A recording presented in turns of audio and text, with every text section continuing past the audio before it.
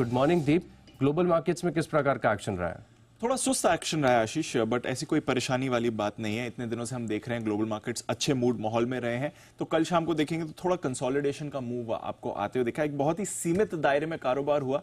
आज सुबह भी थोड़े नर्म संकेत आपको आते हुए दिख रहे हैं ग्लोबल मार्केट से, बट कोई परेशानी वाली बात नहीं है, कोई खराब संकेत नहीं हुए, कुछ भी ऐसा न्यूज ट्रिगर नहीं आया है जिसकी वजह से मूड माहौल आपका खराब होते हुए दिखे। एक रेंज में बाजार आ गए हैं अच्छी अपमूव के बाद। कल शाम अगर अमेरिका की आप बात करें तो बहुत ही छोटे दायरे में आपको कारोबार होते हुए दिखा, उसके बीच मिली जुली क्लोजिंग रही।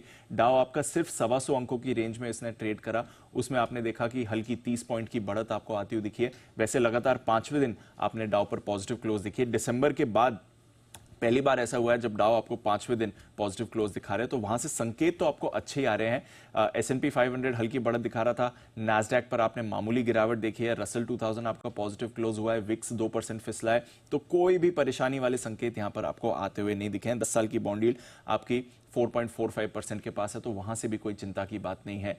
थोड़ा स्टॉक स्पेसिफिक एक्शन था, डिज्नी के आए थे नतीजे।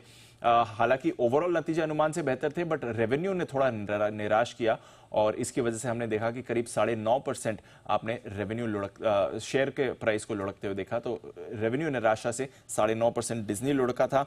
इसके अलावा रेडिट, इसके मजबूत नतीजे आए थे।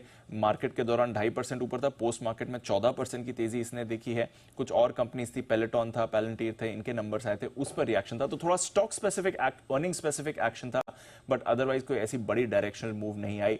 एप्पल पर रखिएगा नजर, इसने नए आईपैड लॉन्च करने की घोषणा की है, जो इनके खुद के चिप्स यूज कर रहे हैं उसके जरिए ये लॉन्च हो रहा है, तो वहां से थोड़ा एक्साइटमेंट था शेयर में। इसके अलावा मेटा ने एक नया एडवर्टाइजिंग प्लेटफॉर्म लॉन्च किया है, तो थोड़ा खबरों के दम पर, नतीजों के दम पर स्टॉक्स रिएक्ट कर रहे थे, बट कोई ऐसी बड़ी मूव नहीं आती हुई दिखी। यूरोप में अच्छा कारोबार था, यूरोप के बाजार मजबूत थे कंपेयर टू यूएस। यूरोप में बढ़िया मूव आई। यूबीएस के नतीजे आए थे, 7.5% यूबीएस उछला है, और ये इंपॉर्टेंट नतीजे हैं क्योंकि क्रेडिट स्विस के इंटीग्रेशन के बाद सबसे अच्छे नतीजे आपको यूबीएस के अब तक के आते हुए दिखे, तो वहां से भी थोड़ा कॉन्फिडेंस बाजार में बढ़ा है। करेंसी कमोडिटी बाजार में कुछ ज्यादा खास नहीं हुआ। कच्चे तेल में आप लगातार तीसरे दिन सपाट एक्शन देख रहे हैं, 83 के आसपास आपको ब्रेंट ट्रेड करते हुए दिखेगा। सोने में हल्की गिरावट थी, डॉलर इंडेक्स आपका 105 के ऊपर है, 105.50 के आसपास ट्रेड कर रहा है। बट ओवरऑल आशीष, ठीक ठाक संकेत आ रहे हैं, कोई परेशानी की बात नहीं है जहां तक ग्लोबल मार्केट्स का सवाल है। बिल्कुल, ग्लोबल मार्केट्स में अगर आप देखें तो कोई भी परेशानी की बात नहीं है। शुक्रिया दीपांशु हमारे साथ जुड़ने के लिए।